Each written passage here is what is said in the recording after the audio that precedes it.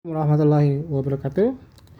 Selamat berjumpa di video kali ini. Kali ini video khusus dibuat untuk diskusi yang diselenggarakan oleh Laboratorium Politik Lokal dan Otonomi Daerah jurusan Ilmu Pemerintahan Universitas Lampung.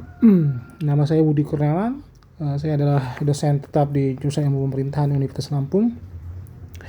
Mungkin belum banyaknya kenal dengan saya secara pribadi, mungkin hanya kenal nama. Saya adalah dosen yang sudah bertugas di jurusan Ilmu Pemerintahan sejak saya berumur 25 tahun, yaitu tepatnya pada tahun 2006 ya.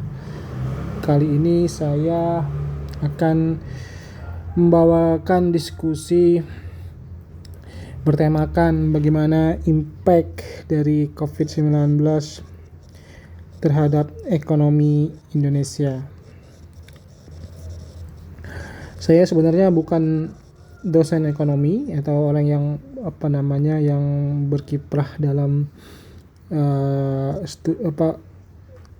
ilmu ekonomi secara murni, namun saya kebetulan S2-nya di ENU di Canberra, belajar di public policy, dan salah satu hal yang kami pelajari di ENU adalah tentang kebijakan ekonomi. Jadi ketika kita ngambil kebijakan publik itu di ENU, kita harus belajar ilmu ekonomi mikro dan makro secara khusus agar kita diperkaya dengan perspektif teknokratik ya. Jadi ekonomi ini yang kita pelajari umumnya adalah analisa yang pakai pendekatan teknokratis. Namun di ENU sendiri kita juga belajar perspektif politis ya. Jadi melihat fenomena kebijakan pemerintah dari perspektif politis dan teknokratis. Nah, dua hal ini yang kemudian akan saya gunakan untuk melihat bagaimana dampak COVID-19 terhadap ekonomi Indonesia. Kalau ditanyakan dampaknya ya luar biasa berdampak ya. Artinya kita menghadapi apa yang disebut dengan istilah resesi ekonomi ya. Kalau kita belajar ilmu ekonomi itu kadang-kadang mengalami resesi, itu penurunan ya, resesi. Misalnya kita tahun 2019, sekarang anjlok di 2020 ini ekonomi kita bisa dikatakan anjlok. Nah, sampai kapan titik nadirnya dan kembali ekspansif kita nggak tahu ya. Ini namanya ekspansif ya. Ketika pertumbuhan ekonomi itu naik ke atas, dan namanya ekspansif dalam bisnis cycle, ini namanya bisnis cycle atau siklus bisnis ya, kita sebut dengan istilah siklus bisnis. Nah, dampak yang paling terasa itu resesi ekonomi. Apa sih ciri-cirinya bagi ekonomi kita? Yang pertama adalah secara makroekonomi, kita istilahkan dengan istilah aggregate demand ya, yaitu semua permintaan barang dan jasa dalam suatu negara secara agregat itu akan mengalami penurunan ya. Dalam ilmu ekonomi itu kita punya kurva aggregate demand ya. Artinya kenapa sih orang turun, itu sebabnya bisa jadi karena daya beli masyarakat yang turun ya. Daya beli yang turun itu bisa jadi disebabkan oleh memang produk-produk kelesuan ekonomi ya. Kalau kita lihat data di zamannya pemerintahan sebelum Jokowi, ekonomi kita sebenarnya cukup baik ya. Namun ada hal yang membuat kenapa ekonomi Indonesia relatif baik pada masa era SBY, yaitu pertama adalah produk-produk utama kita ya, seperti sawit dan batu bara,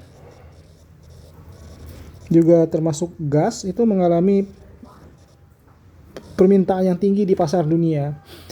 Kalau kita perhatikan negara yang banyak mengekspor produk, yang banyak yang mengimpor ya, kita mengekspor ya. Negara yang banyak mengimpor dari kita itu adalah China ya. Artinya China itu tumbuh luar biasa menjadi negara ekonomi baru. Bahkan kekuatan ekonomi China itu sekarang bersaing ketat dengan Amerika Serikat ya, secara PDB atau GDP ya. Nah, ketika ekonomi China itu mengalami perlambatan, maka otomatis ekonomi kita juga mengalami perlambatan, karena ekspor andalan kita ya sawit, batu bara, dan gas. Dan ini adalah bahan bakar bagi industrialisasi di China ya, di Cina, di Tiongkok ya. Nah, ketika China mengalami masalah ekonomi, maka imbasnya ke kita karena kita itu interconnected ya. Dalam zaman globalisasi itu kita disebut istilah interconnected ya. Setiap negara itu memiliki keterkaitan satu sama lain, sehingga ketika suatu negara itu mengalami kelesuan maka berimbas kepada kita, termasuk terutama Cina. Kita bayangkan saja Cina itu adalah negara manufacturing 20% dari komponen-komponen industri di dunia ya. Contohnya misalnya kita ingin memproduksi handphone saja misalnya ya, kalau kita lihat handphone kita itu made in China. Apple itu kan design by California, design in California, made in China. Artinya komponen-komponen dari smartphone seperti iPhone misalnya itu banyak dari Cina, diproduksi di Cina. Mobil juga begitu, mesin mobil ya. Karena dunia itu mengalami interconnected. Jadi perusahaan-perusahaan besar, multinational company itu tidak lagi mempunyai pabrik di satu negara ya. Pabrik komponen-komponennya bisa menyebar di banyak negara termasuk di Indonesia. Dan Cina itu menyumbang 20% dari produsen manufaktur tadi. Anda bisa bayangkan kalau ekonomi Cina mengalami kolaps ya, Amerika mengalami kolaps, bisa itu impact-nya kepada kita luar biasa. Nah, sialnya ya, ada COVID-19 ya. Dan negara yang berimpact besar dari COVID-19 itu pertama kali China ya. Cina itu mengalami kelesuan ekonomi, perlambatan, dan imbasnya ke kita. Jelas ya. Karena kita sangat bergantung dengan Cina ya. Bahkan pada masa era Jokowi ini ketergantungan kita terhadap Cina itu luar biasa besar. Terutama di proyek-proyek infrastruktur ya. Yang kedua ya, setelah menyerang Cina, sekarang saatnya hari ini ya, epicentrumnya berubah ke Amerika Serikat ya. Amerika Serikat. Dan Amerika adalah negara yang merupakan negara terbesar dalam kue GDP ya, dalam PDB-nya. Ini impact-nya luar biasa karena kita juga mengekspor barang-barang ke Amerika dan kita juga mengimpor beberapa produk-produk Amerika. Begitu juga dengan Cina. Nah, ketika kemudian ada COVID-19, maka kelesuan ekonomi inilah yang kemudian menjadi kehantuan atau menjadi satu hal yang menakutkan bagi pemerintah kita. Nah, tak heran kemudian pemerintah kita itu mengeluarkan kebijakan stimulus di awal-awal terjadi krisis ekonomi ini ya, atau terjadi COVID-19, itu misalnya membayar, kita sering misalnya membayar influencer ya, agar orang mau apa? Karena yang mengalami kelesuan yang utama itu adalah sektor pariwisata. Makanya tiket pesawat di diskon ya. Pesawat diskon ya. Influencer dibayar. Untuk apa? Meningkatkan sektor tourism atau pariwisata. Nah, ini respon pemerintah yang sebenarnya wajar kalau dalam sisi textbook ekonomi ya, karena dua negara ketika Cina itu lagi lesu, ketika pariwisata itu juga lesu, maka sektor yang kemudian dilakukan oleh pemerintah adalah tadi dua kebijakan ini, influencer dan diskon pesawat. Nyatanya kan perspektif pemerintah kita itu hanya melihat pada perspektif yang ekonomi, ini kelemahannya. Ya, padahal COVID-19 itu kan permasalahan wabah ya.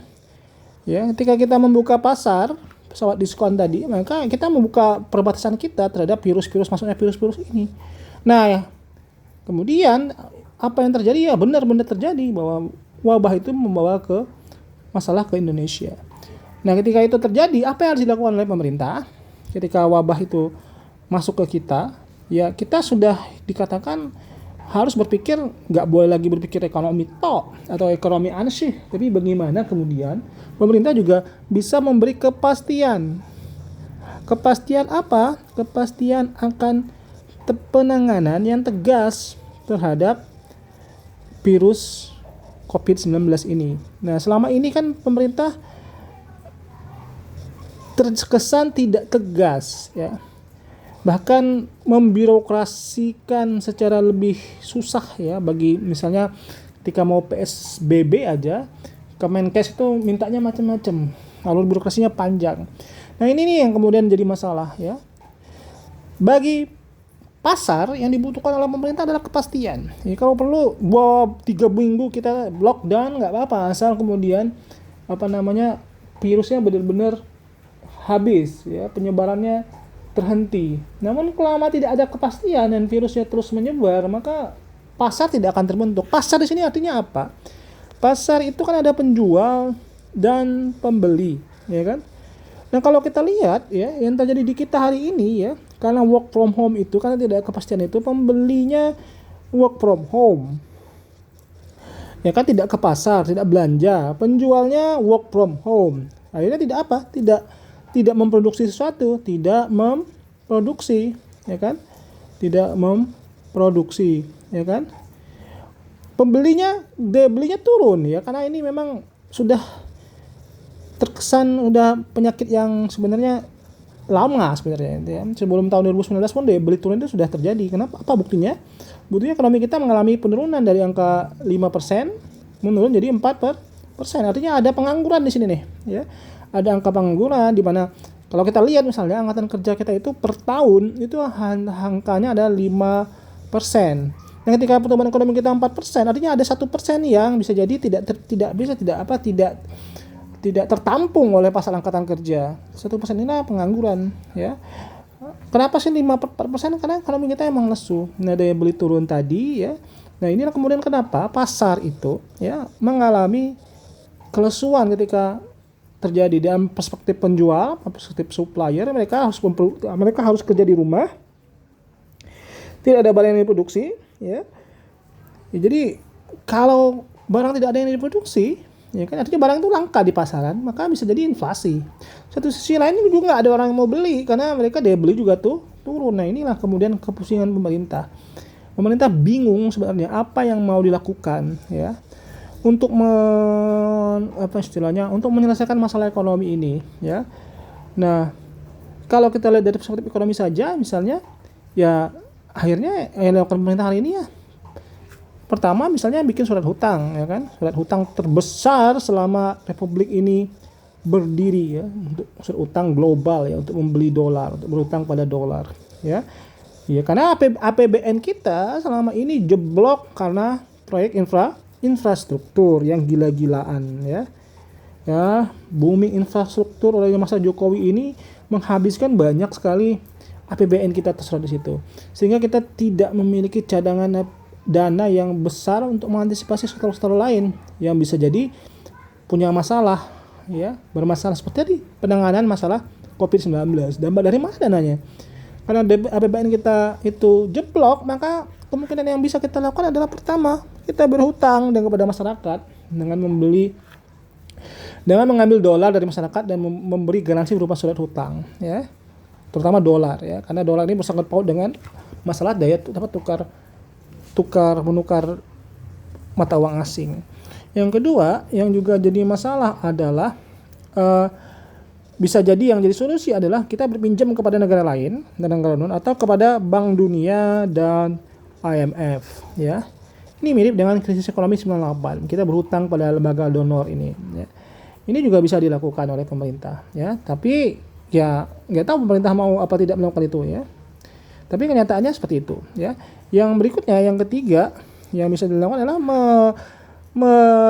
merelokasi dana-dana yang selama ini ada dan boros, misalnya gaji pegawai lah ya kan.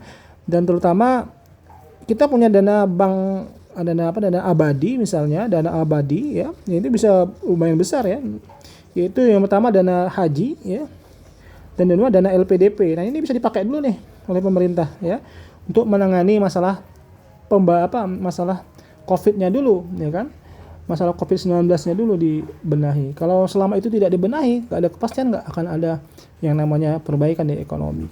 Nah, kira-kira begitulah ya kondisi perekonomian kita hari ini ya.